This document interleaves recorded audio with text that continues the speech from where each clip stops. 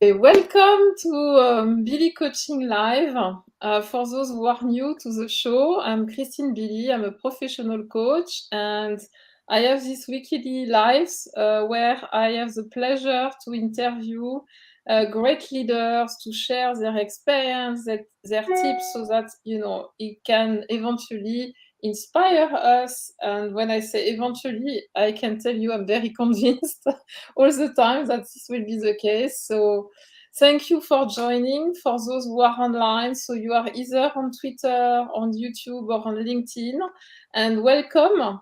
Welcome to the show. So let me show that. So this is how I'm going to share your question and your comments on the screen. So while we are talking together, I will integrate your comments and questions. So please don't hesitate, because this will really enrich the discussion and make it, of best impact for you. So thank you in advance. That said, I want to introduce our great, the great invitee we have today. So Nathaniel Patterson Jr. So welcome. I'm so happy that you are here with us. My pleasure. My pleasure. Yeah, you are author, coach, speaker, and trainer, and you have been named one of the 20 biggest voice in leadership to watch for in 2022. Wonderful. Congratulations.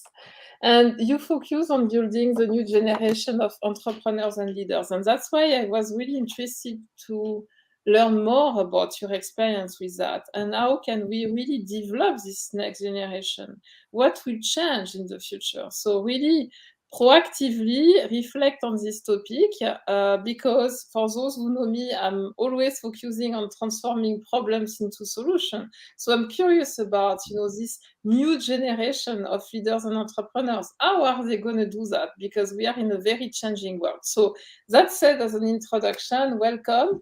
And my first question for you, what brought you to this topic? Well, what brought me to really wanting to train this next generation is my own journey.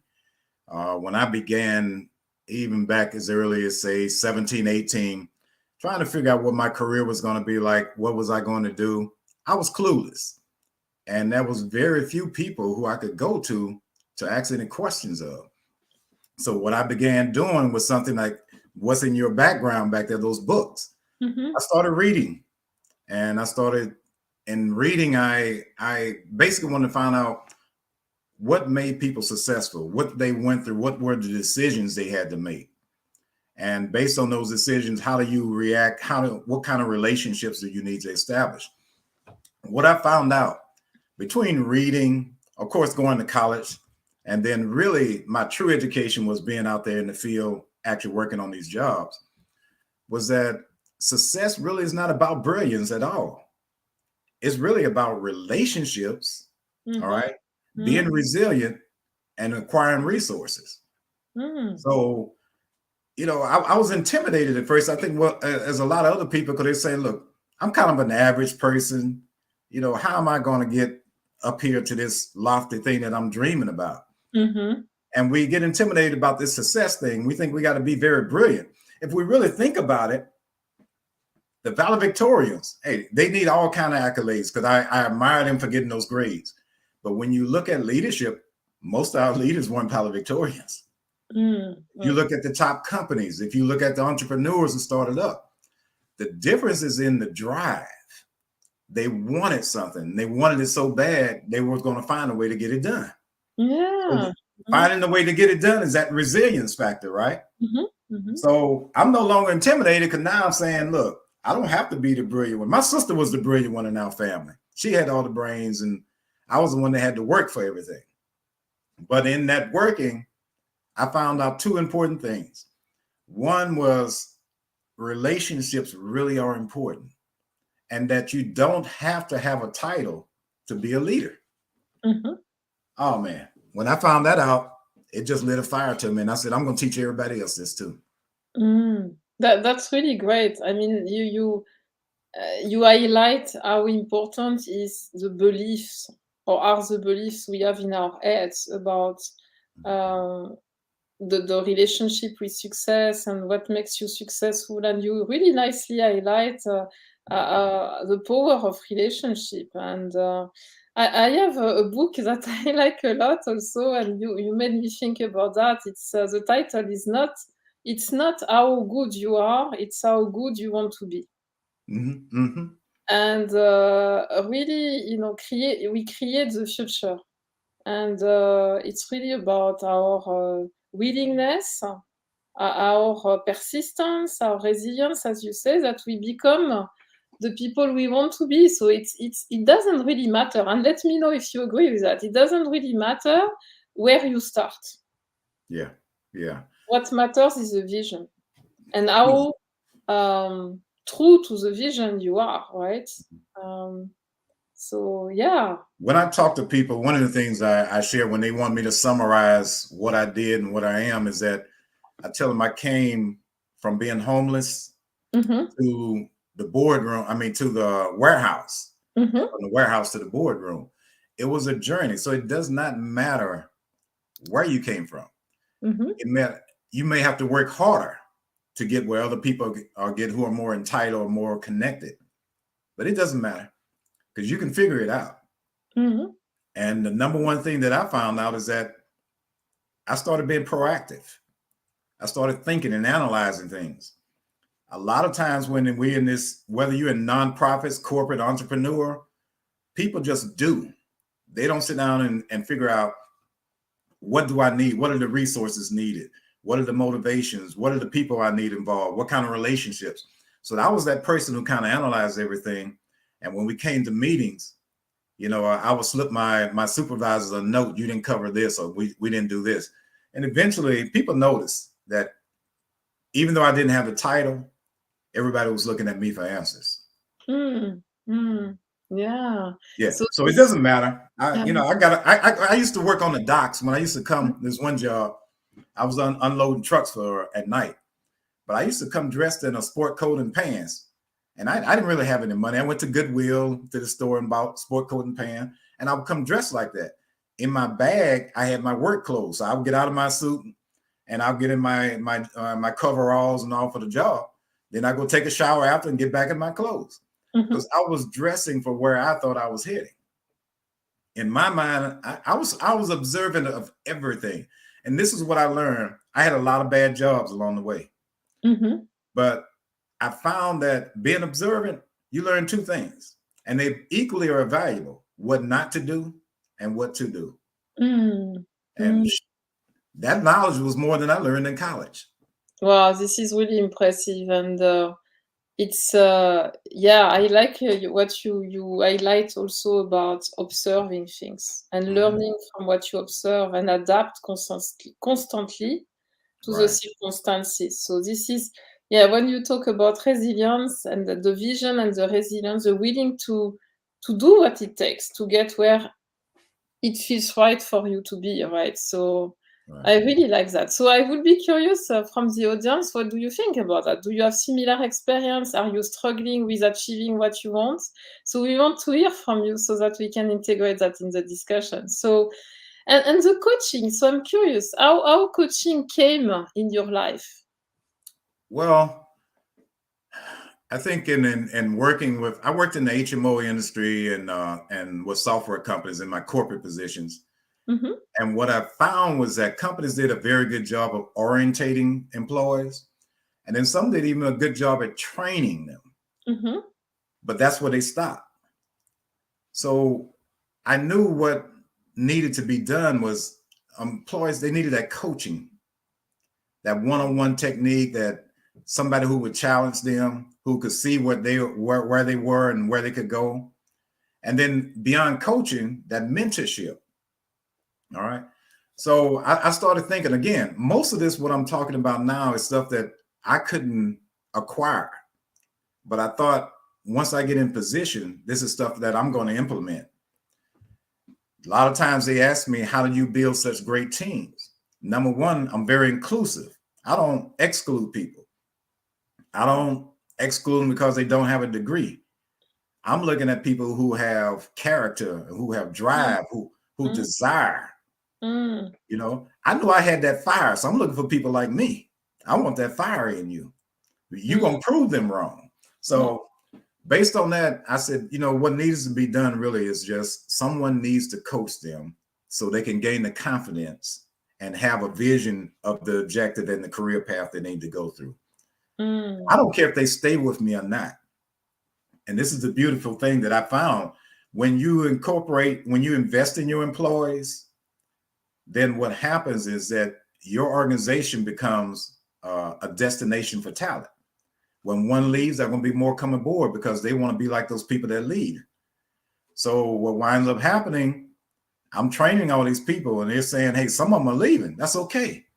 But more are coming. And I don't even need an advertising market because now wherever I go, I'm a destination for talent. They know my style. So yeah, the coaching kind of fell in my laps and people were basically saying, hey, can you provide this outside of your corporate environment? Yeah, I can do that. So I had no intentions of doing it on a formal basis, but the market got so good for it and the demand came in, especially through LinkedIn. I mean, I get contacts from Ghana, Canada, UK, and then, you know, I started learning how to master more and more these digital conversations. Well, yeah, it opened up a whole new world for me. It's really nice the way you share that. It came to my mind this word of talent hub, you know, where people come and go, and there is a flow of talent, and it feels Mm-hmm. to me that it's almost like a metaphor for life, right? Things are circulating, you know. It's you are nourishing each other or something like that. I'm just sharing what came when you were sharing, and I felt, wow, what a beautiful metaphor for life. Yeah, Yeah, yeah, yeah, yeah. that's very nice because you know, in the past in organization, it was perceived pretty negatively when people were leaving or willing to leave, you know, a Mm-hmm. team or an organization. So that was really a bad sign. Okay. And I always thought that there is something strange around that, right? Because, yeah, I really agree with you that we are you know, exchanging knowledge, experience constantly, right? So I also like to surround myself with people more advanced than me. They are really my mentors, my inspiration, and you Mm-hmm. know, really that's why I like so much, you know, these lives also to get inspired and peers in different industry and also people who want to learn from me. And I Right. think this 360 approach is very rewarding. Yeah. Mhm. But you know, in order to build this next generation, Yeah. I think my values that as a corporate employee I understood, but I also started micro businesses. I always had a business with my corporate employment.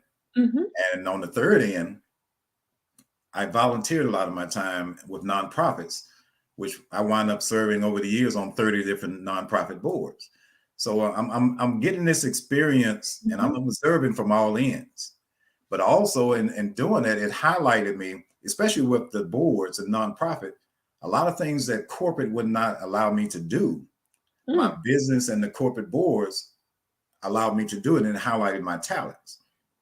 So I think we're building this next generation, though. We got to invest more, and I especially tell entrepreneur this before you even start planning your product and services.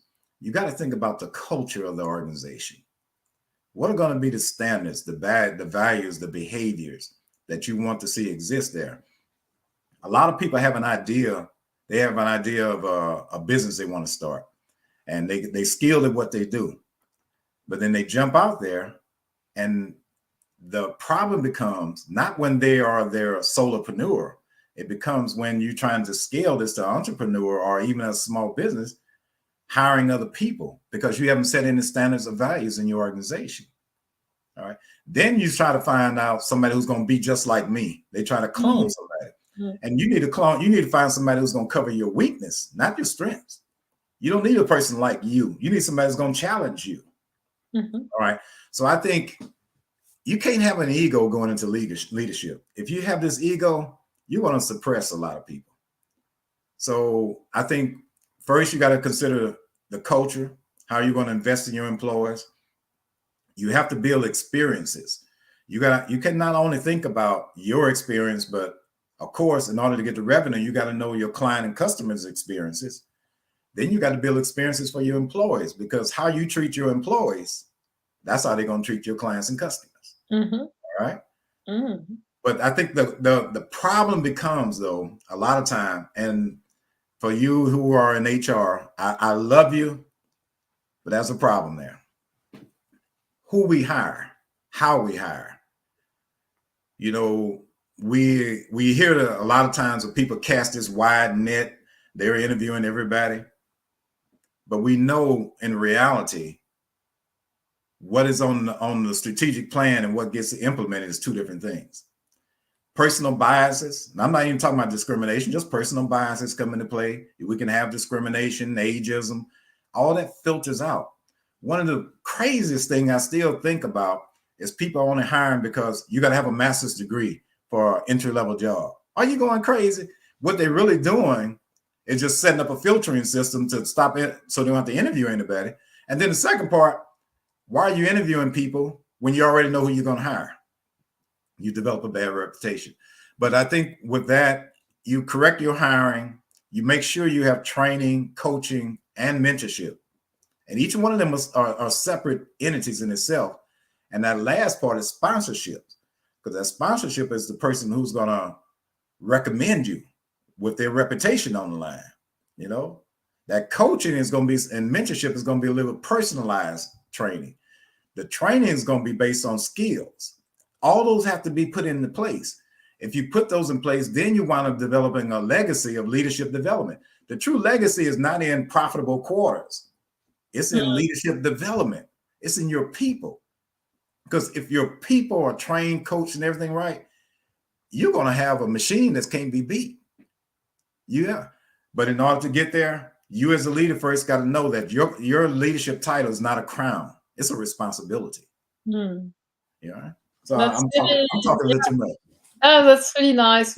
I can feel, you know, how this is an important topic for you, and you nicely summarize, you know, this you know, this development of leadership at the core of the organization, instead of focusing on the results, right? So, which I think is really so important. So in coaching, we say focus on the process, on the way you get to somewhere, you know, the person you become, more than the results. And that really makes me think about that. So there is a richness in this relationship you are describing, the dedication or the willingness to achieve a certain vision, much more than, you know, getting the result. Because when you have the fire inside, as you say, and when you are enthusiastic and happy to be with people and the team, then everything can happen,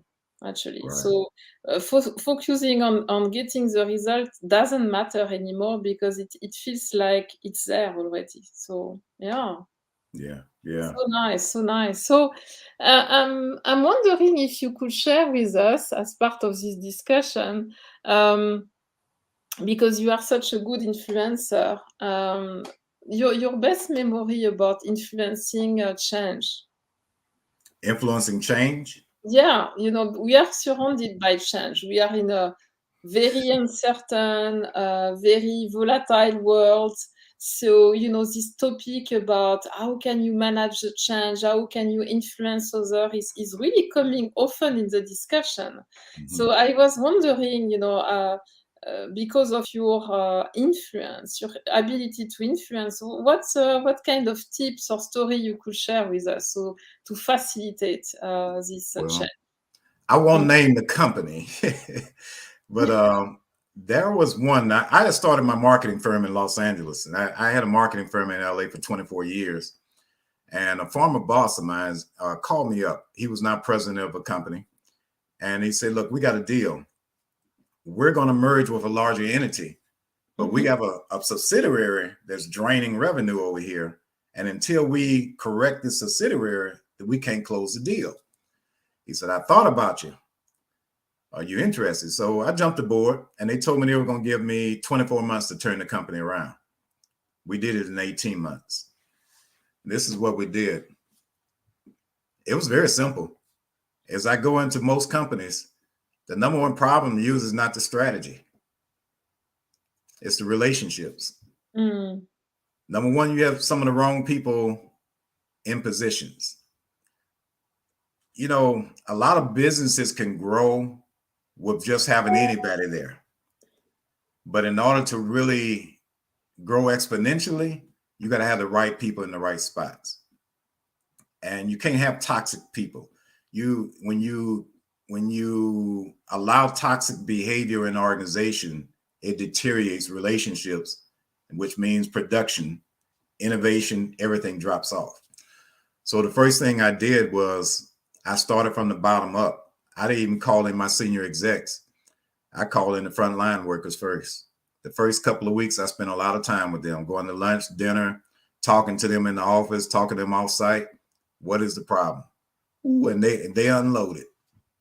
They told me what the problems was. I didn't even have to go. Mm-hmm. So I managed the relationships first.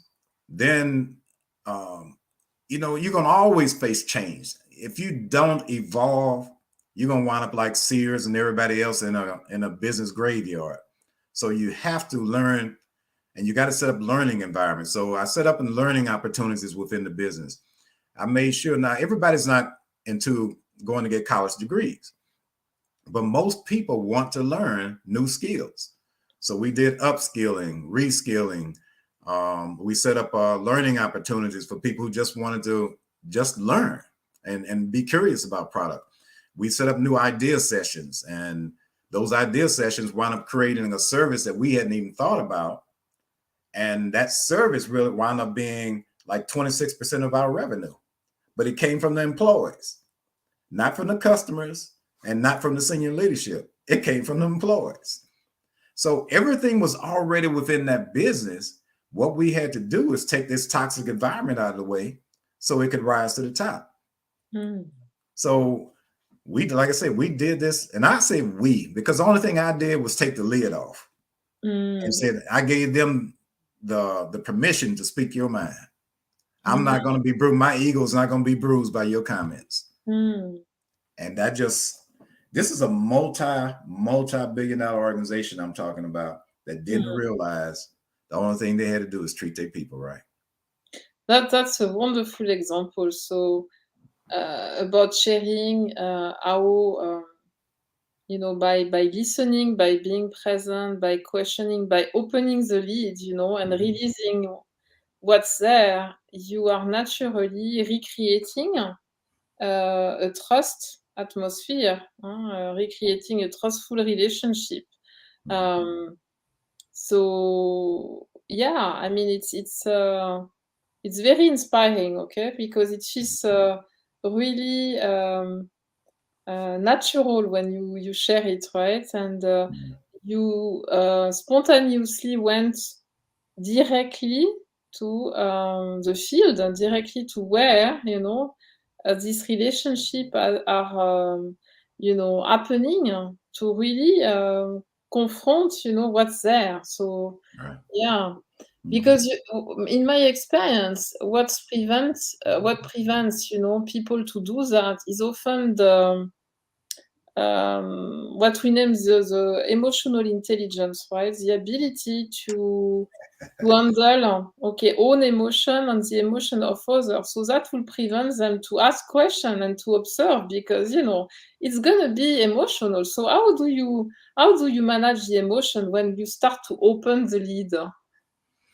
Yeah, I have a saying is that we all have emotions, but never let your emotions embarrass you. So I before I even knew this term emotional intelligence, you know, I think it was innate in me to understand other people's position and how do we control this to make it work. See, the thing I'm cognizant of, and I try to tell my clients this, is that to identify a problem and come to the table with that problem, you're looked at as a complainer. But if you bring that problem with a solution, now you're a genius. So the emotions around this is that you just got to be solution orientated and understand that not everybody's going to love you. They're going to come at you different ways, but you got to keep yourself at a level plane in order to not let your emotions embarrass you. And then once you learn how to present things, some people you got to present with flair. Some you got to present with statistics, and others you got to bring relationships to the table. So you got to understand what you need to arm yourself with in order to make this go out. But you got to control your emotions. Not only your emotions, be able to control the emotions, or at least influence the emotions of other people. That's the middle of a team. That's how you build a team, with that emotional intelligence. You can't have a supervisor or manager in place, or a director, or especially those supervisors and managers who don't understand emotional intelligence, because if they don't, you're going to constantly have employee relation problems. Yeah, what I get from what you just shared, and let me know if that's right, is this aspect of curiosity. You mentioned before that you like to learn.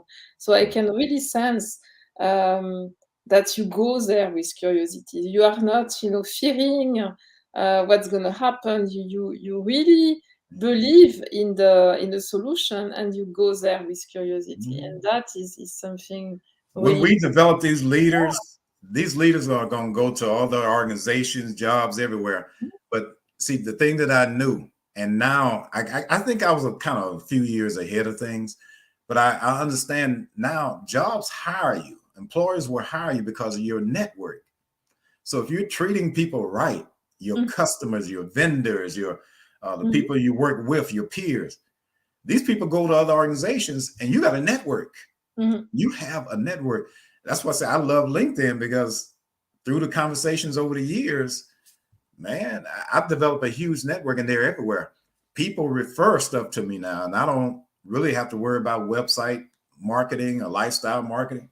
I just treat Exactly. people right. Yeah, Yeah. exactly. And that's also a key message for those who are listening, because it's not so much about what I get from the discussion is that it's not so much about planning and preparing everything right, like the website or your communication and all that, but it's really building on the way, right? It's based on experience and your interest in the what's needed, how can I build this, powerful relationship, means, trustful relationship. And this natural process, this networking leads to, also a lot of good positive return for all the people in the network, right? Because we Right. tend to refer each other, because we get to know each other, we get to appreciate each other. So you can sense that I am a big fan of networking, right? So, yeah, but I'm really passionate about this topic for sure. I really believe in the connection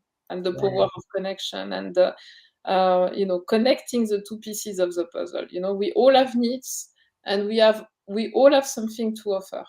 So it's about connecting the dots, right? So yeah. So I'm wondering, for the audience, I wonder if you are also curious to ask questions, and don't hesitate to do that. Yeah. Okay. Yeah. One of the things that we talked about before off air, before we got on, we talked about that little. I got this thing called My Dear Quotes, and it's based on my mother. Mm-hmm.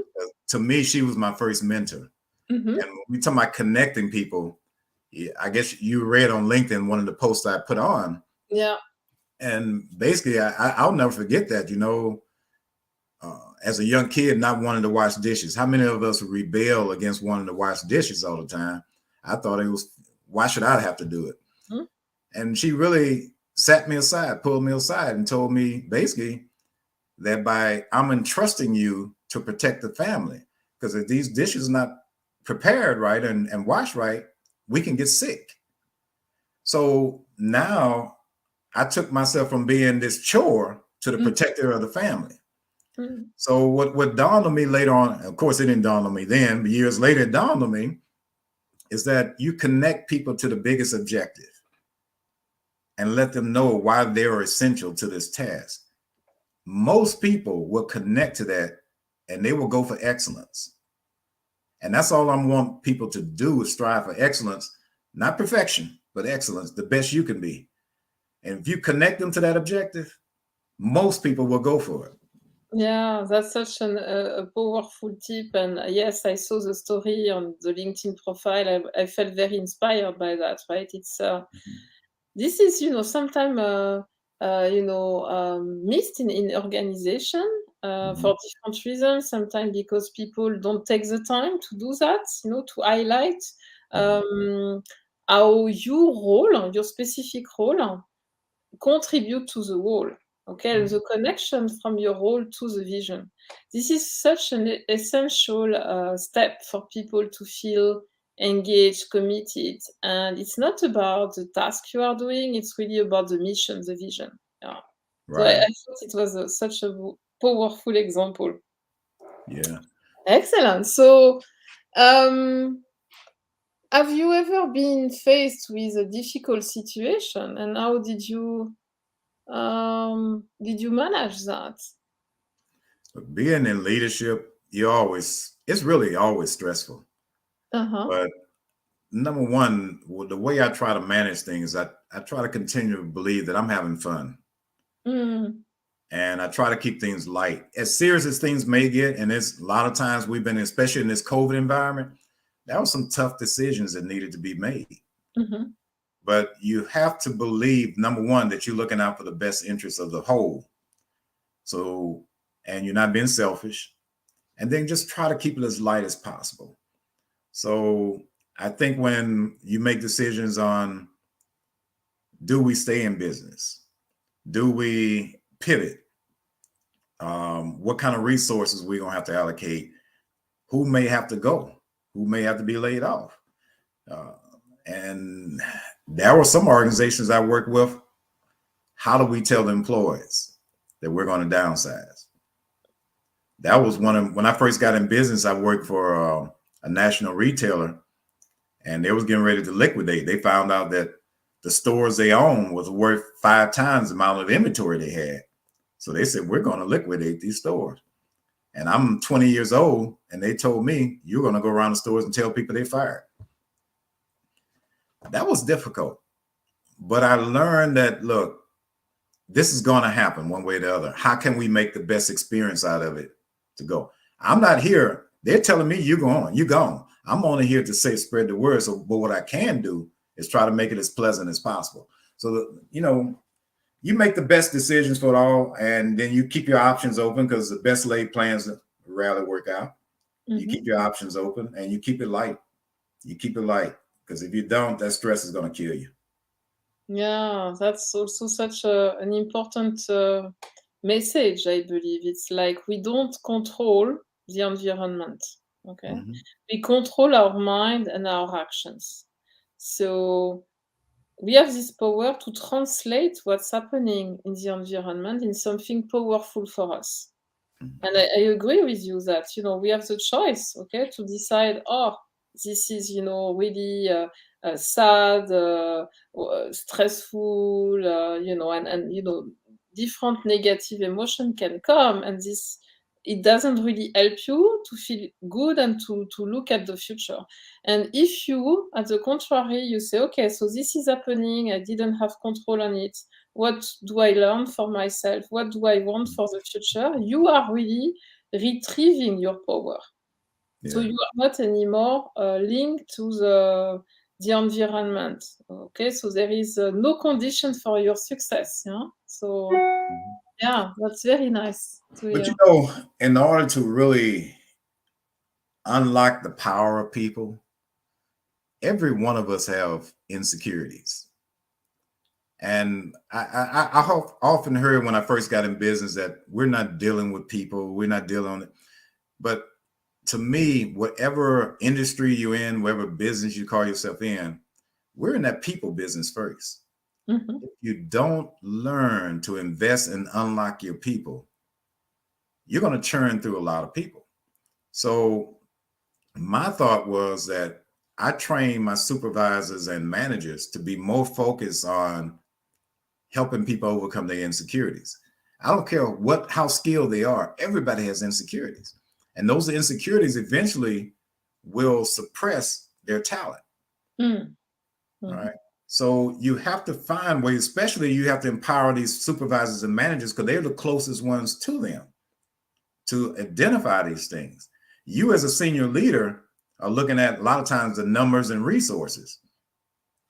Your people get contact about it. If you don't train these supervisors and managers, you will never be an exponential company. Yeah, that's really nice. What you said about insecurities and the link with the skills, right? So yes, Yeah. absolutely. So the worries, the stress can really impact the brain and our way to, to think and to be confident in ourselves. So Mhm. very nice. But you know, if your managers and supervisors or anybody else have to be present, if you call yourself a manager or a leader, if Mhm. you have to be present to get things done, you're not a leader. Effective leadership influences. They don't Mhm. have to be present. They influence. And Yeah. that's the level that you got to get your people to. Yeah, so it's about trust, right? Yes.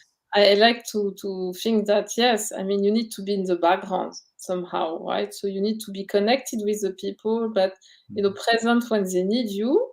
And when I say in the background, the ability to see things from an holistic perspective and to anticipate the future. So you trust your people to achieve what you ask for, but you are not always controlling what they are doing. There is this trust in But we the can't make it all flowery. We yeah. also have to realize that we trust them, Mhm, but we got to hold them accountable too. mhm, mhm, But that accountability has to be in fairness. You mhm. don't want to establish a punitive environment where everybody make a mistake, you fired. Then they won't try anything. You Yeah, don't, yeah, yeah, exactly. yeah, yeah, sure. Wonderful. Wow. So time flies very quickly. We are approaching already the end of this discussion, and I hope we have the opportunity to talk again, in few months, either, the two of us or in a panel discussion, if you like. I have, a few additional questions for you. So, Okay. um, what is your plan for this year with the vision you have about developing the next generation of entrepreneurs and leaders? At first I was thinking about building a company as my legacy, Mhm. but I realized the experiences I have and the knowledge I have really are the true legacy. So my organization, what I'm going to do now is to digitize a lot of my knowledge. Mm. Online classes. I'm going into publishing books. I got a couple of ebooks that are out now, but I'm writing some books now and doing more workshops. So I can lay it out there online so it'll be available. So that's my focus for the next year, so I can reach more people. Mm. Um, Yes. so it just makes sense. And COVID kind of forced me to do some stuff that I knew all along I should have been doing. So yeah, that's where I'm headed with. Okay, so you took the opportunity to reflect and to clarify for yourself what would Right. be most useful. Okay, that's wonderful, and we are looking forward these workshops and these books, Yeah. definitely. And so, a key message for the audience today, something you want people to remember among all the great stories and messages you sent today? Well, I think really, my goal is never to really be the smartest person in the room. I just want to influence success. But the thing that I think we have to know is that we need each other. I don't care what title you may possess. We need each other. So based on that, we got to develop the synergy. You got to find out a way to invest and build this synergy level up. Mm, Because though it's me as when I'm sitting on a board chair or president or when I'm the managing partner of a company, without the other people that are doing what they're supposed to do, I'm not going to accomplish my goals. So spend some time making sure that you as a person are open enough to learn so you can evolve and be relevant and build that synergy in relationships. Because I go back to my original statement, success is not about being brilliant. It's about relationships, resilience, and resources. Wonderful. Such a powerful message. So keeping in mind that as we are going through challenging times, changes, and really keeping that in mind. Okay, so thank you so much again for being with us today. I hope that the audience really enjoy as much as I enjoyed, and I learned a lot from your wonderful, unique experience. Um, yeah, and so I hope that we continue this discussion. This is the first interaction. I would be really interested. Let's see what comes to our mind in the next months. Okay, so really to plan for what will be most useful for the audience. Okay, so please don't hesitate to share with me, for those who are listening, your question, your topics. What's most important for you, because I will be very happy to organize that for us and get additional learning and inspiration from the discussion. So thank you again so much, Nathaniel. Next week, I will have the pleasure to interview Paul Epping. He will talk about how to positively transform organization using his expertise in exponential dynamics. Okay, so a little bit of digging into this topic and what it means. So if you are curious to know about that, please join. And again, I will say, after a while, we integrate all these different perspectives and we make it practical, like it is said now. Okay, so it's very important that it's not only about theory, it's really about helping you daily to reflect on what you are doing and to transform the problems into solution or the obstacles into opportunities.